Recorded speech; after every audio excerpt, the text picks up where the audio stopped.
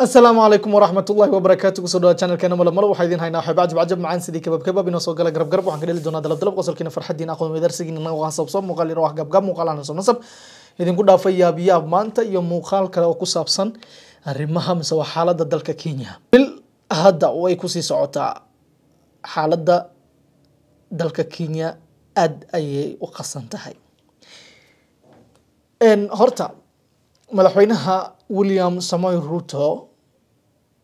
caadiyan dadku waxay u aqaaneen iska dabacsan oo la filayo in wax badan ka bedelo dalka waayo xilligii doorashada waxa uu ku soo campaign gareeyay mise waa ololihiisa halku dhig waxa uu ahaa in uu aad u taageeri doono masaakiinta iyo danyarta sidoo kale inuu isbedel ballaaran ku sameyn doono dhanka dhaqaalaha siiba ganacsatada yar yar tani intii uu soo galay madaxweynaha waxa uu bilaabay in dhanka dhaqaalaha uu xooga saaro diiradana uu saaro wadan marba hadii dhaqaalaha la doonayo in laga dhiso fikirkiisa waxa uu noqday in anshuurta si xawli ah loo dardargeliyo aruurinteeda sidoo kale la kordhiyo waxyaabaha aasaasiga ah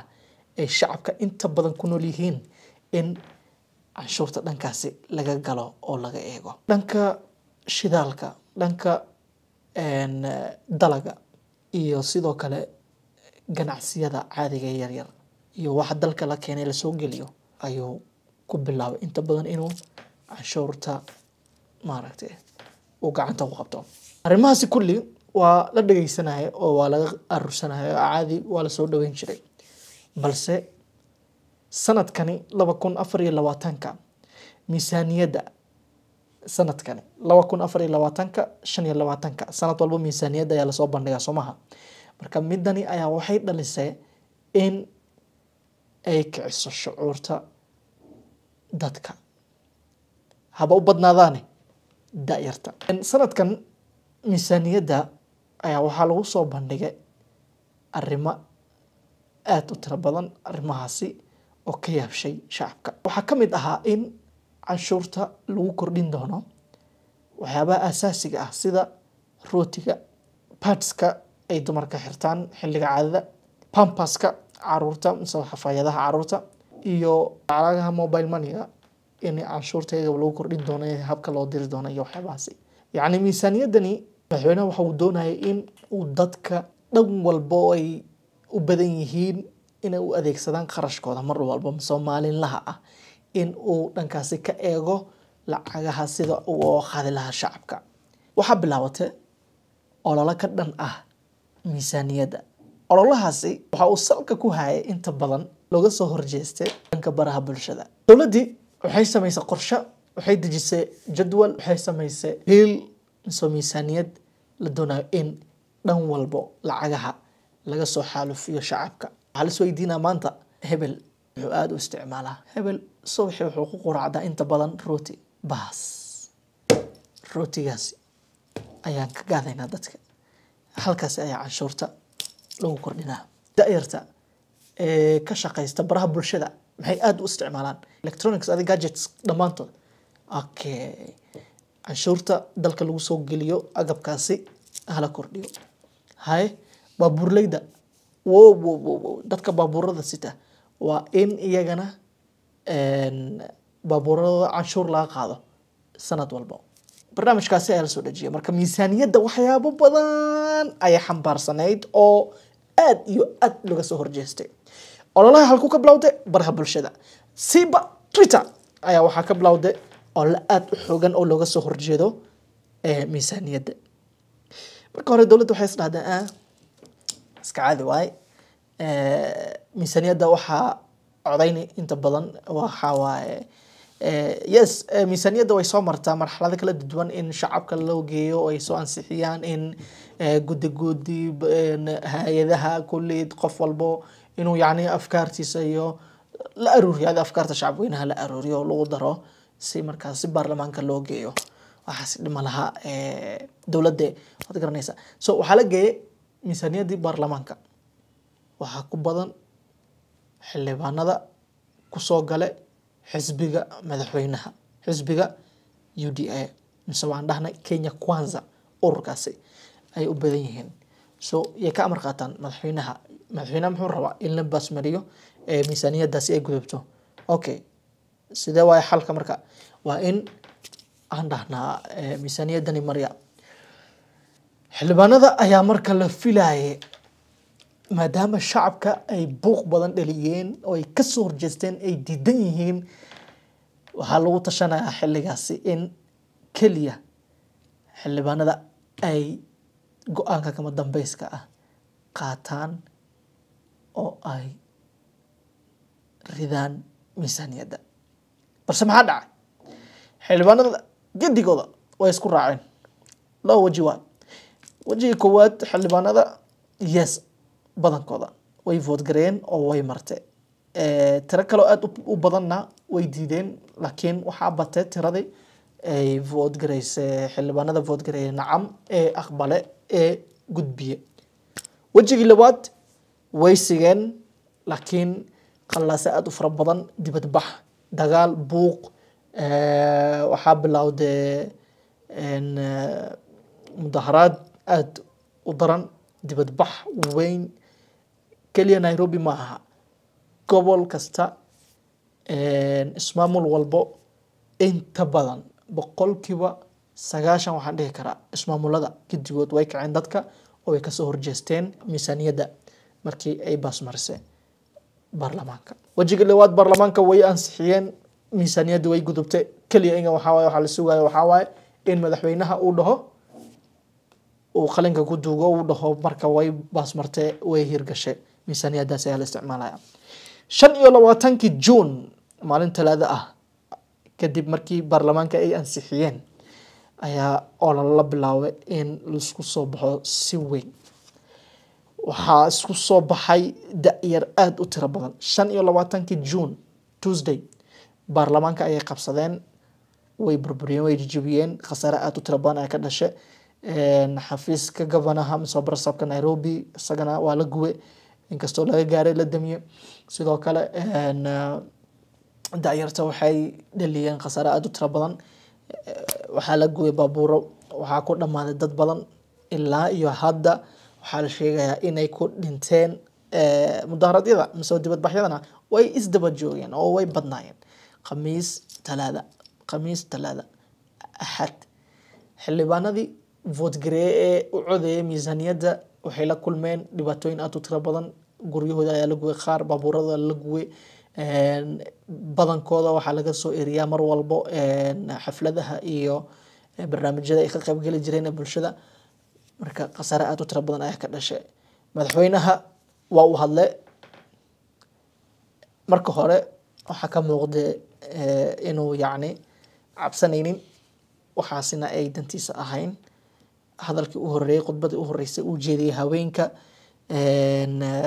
25 June ayaa waxaa ka muuqatay wajigiisa cara aad ay u xanaaqsanaa haweenkaasi waxaa xasuuq loo geystay xaafad la yiraahdo Githurai halkaasi ayaa xasuuq ba'an ka dhacay kadib madaxweynaha waxa uu go'aansaday bal inuu dadka u dhageysto maalinkii uu hadlay khudbada uu jeediyay waxa loo arkay inuu careysan yahay oo xanaaqsan yahay oo waxba yacni uu ka cabsanin dibadbaxyada ayaa sii ballaarsay dagaalka ayaa sii cuslaaday xaaladda markuu arkay oo ka jeestay una ka noqday go'aankii ahaa in miisaaniyaddaasi la mariyo waa uu diiday miisaaniyaddii dib ayuu ugu celiyay baarlamaanka waa yoolkii koowaad maadaama inkan madaxweynaha uu dhahay oo diyaar ay waan ogolaadeen miisaaniyaddii aad yacni diidanideen waa la joojiyay xaaladda inay degayso ayuu u haystay balse dibadbaxyadii dhacay ee qabsoomay ayaa waxaa ku dhammaaday dad aad u tiro badan taasina waxay soo bandhigtay carada iyo xanaaqa iyo kibirka madaxweynaha da'yarta ayaa haddana waxay bilaabeen isaga ayaaba laga soo horjeedaa ee miisaaniyadda maba ahba sheekada Ruto must go oo lahaasi ayay bilaabeen kadib barnaamijka wuu sii weynaaday da'yarta mar walba waxay isulaha xiriirayaan baraha bulshada la dejinaya mise oo la qorsheynaya banaanbaxa iyo dibadbaxa si mar walbaba ay iskula jaan qaadaan. Khasaaro badan kadib ciidanka dalka xilli uu adeegsado militariga xitaa ay soo adeegsadaan militariga oo yacni maxkamadda ay ku amarto inay xadgudbeen militariga oo noqdo kadib madaxweynaha oo joojiyo dhammaan waxyaabihii ay dadka ka falcelinayeen ay diidanayeen ay hadalhayeen in yacni xitaa xaaskiisa mise marwada koowaad ee dalka ay xafiis leedaho dhaqaale loogu talagalo sidoo kale marwada madaxweyne ku-xigeenka marwadiisa inay iyada xitaa ay xafiis leedaho dhaqaale loo qoondeeyo waxyaabahaasi kulli iyo wasiiradii dhammaantood hawada ku cunay. weli xaaladdu may isbedelin. maanta waan muuqaalkani samaynayno waxaa amarkii ugu dambeeyay ahaa in yacni booliska ay dhaheen lagama yaabo in Nairobi dambe uu ka dhaco dibadbax, balse maxkamadda ayaa soo hadashay. maxkamadda waxay hawada ku cuntay go-aanka booliska kasoo baxay ee dhahday shacabku waxay xaq u leeyihiin inay si nabadaysan u dibadbaxaan. madaxweynaha si walbo ay da'yartu doonayso waa uu sameeyey, balse weli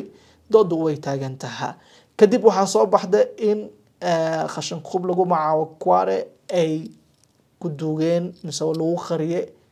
meedad aad u tiro badan ilaa iyo dhowr iyo 10. taasi ayaa haddana sii kicisay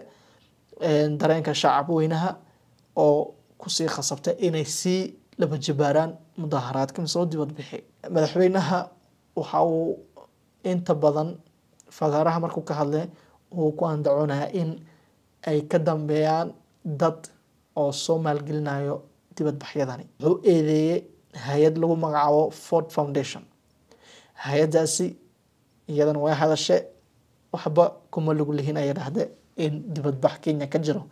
aan maalgelino ma jirto. Ruto hadda waxaa lagu wadaa soo xusho wasiir cusub. Raila ayaa waxa uu damcay inuu ka dhex faa'iideysto khalaasaha si uu madaxweynaha taageero maadaama uu ka doonayo taageero dhanka chairmanshipka sutaga Africa. sidoo kale wariyaasha in loo diiday mise looga dige soo bandhigida wararka ku saabsan arrimaha dibadbaxa. dhanka kale tiro aad u badan ayaa la afduubtay ilaa iyo 59 qof ilaa iyo 70 qof maanta oo muuqaalkan samaynayno kadib warbixinta ay soo saartay hay'adda ku howlan arrimahaasi. warbixinta ay soo saartay kadib dad kale ayaa la afduubtay. waxaa ka mid ah Francis Gaido, waxaa kaloo ka mid ah wariye rugcada ah oo la afduubay kadib shacabka markuu kace la dhahe waa ku qaldanay ninkan asag ma ahayn ninkii la doonayay la afduubi lahaa. waxaa lagu qalday qof kale. qofkii kale ayaa iskeenay waa la xiray. maanta ayaa waxaa lagu soo sii daayay bail oo 30,000 oo lacag Kenya ah. dhibaatooyin aad u tiro badan, ganacsiyo aad u fara badan ayaa ku khasaaray. Gen Z maalmihii dambe ay wadeen dibadbaxyada waxaa inta badan